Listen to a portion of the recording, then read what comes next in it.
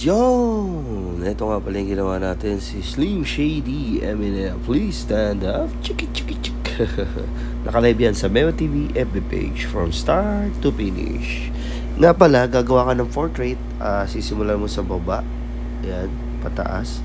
Ginagawa ko up, down, up, down, up, down. Kasi ang portrait ay late reaction. So for example, gumawa ako ng sa baba, sa damit, nag-bloodlines ako. Tapos tinira ko yung sa leeg. Tapos bumaba uli ako ng damit para habang hindi pa lalabas yung sipod tayo. Hindi pa lalabas yung detail sa baba. Nagdamit ako. And then, nung natapos ko yung damit, umangat ulit ako doon sa baba. Kaya pala, sorry. Sakit tayo. Pero be consistent sa buhay. So, nga pala, gamit ko dyan is 3RL, is detailed.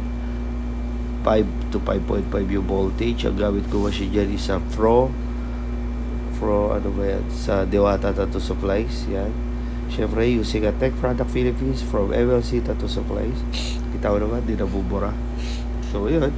Pagtapos ko ng bloodline sa damit, diretso ako ng baba. Tapos, balik ako sa damit, diretso ulit ako ng baba. Tapos, kinuha ko itong nasa bibig. My name is, yan. Kinuha ko na yung solid block niyan. Sideway yung punash para hindi maburahan. Yan. Gumagamit ako ng dry tissue and wipes. Pero pigang-piga yung wipes para hindi mabasa masyado. Dry tissue pag tap lang para hindi ganong malubog or yung mababad sa tubig. Yan. So, balik ako dyan sa ilong. Sa ilong, gumamit muna ako ng 3RL para hindi ako mabura ng stencil. Then, gamit ako ng 7RM. RM is a 6 voltage, 3.7 stroke. Yan. Dark to light ng Fusion. Fusion yung gamit kong portrait set. Pero hindi nawawala yung eternal na caramel and burgundy. Pwede rin star bright. Yan. So, kinuha ko yung mata. Usually, marami tayong ginawang portrait. Sabi nila, lumiliit yung mata or nagda-dark. Kasi, naka-base pa rin ako sa dati kong ginagawa na pag nakuha ko yung mata, saka ko shadingan yung upper part ng medium tone ng opaque. So, yun yung parang magsisilbing lubog niya. So, not bad, not good. Kasi lumiliit yung mata. So, kung ano yung nakikita mo sa detail, yun lang. And then, sobrang light na very light ng opaque, yung ilalagay mo para lumalim siya tignan. Malalaman nyo rin yan kung nagpo-portrait din po kayo. Always innovate. Kumbaga, dampot-tapon lang. Hindi tayo magaling, hindi tayo pinanganak na magaling, pero uugaliin nating maging magaling habang buhay na pag-iensayo. Nga pala, nakagawa tayo kagabi kahit may sakit tayo ng lion, hindi natapos, realism lion. Mamaya gagawa tayo ng full sleeve project na color din. Pero I think 4 session yun para maganda kalabasan.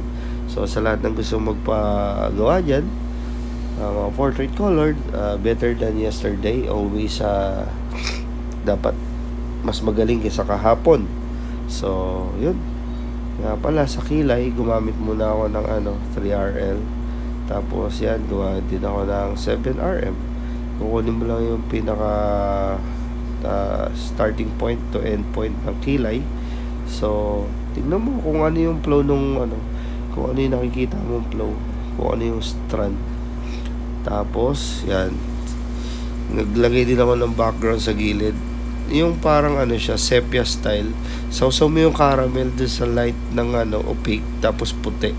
Tapos yun, makakaroon ka ng parang sepia na light lime green, mga ganon. Choco lime green, mga ganon. Parang lumot. Okay din siya. So, ayun. Gumamit din ako ng yellow sa bandang buhok.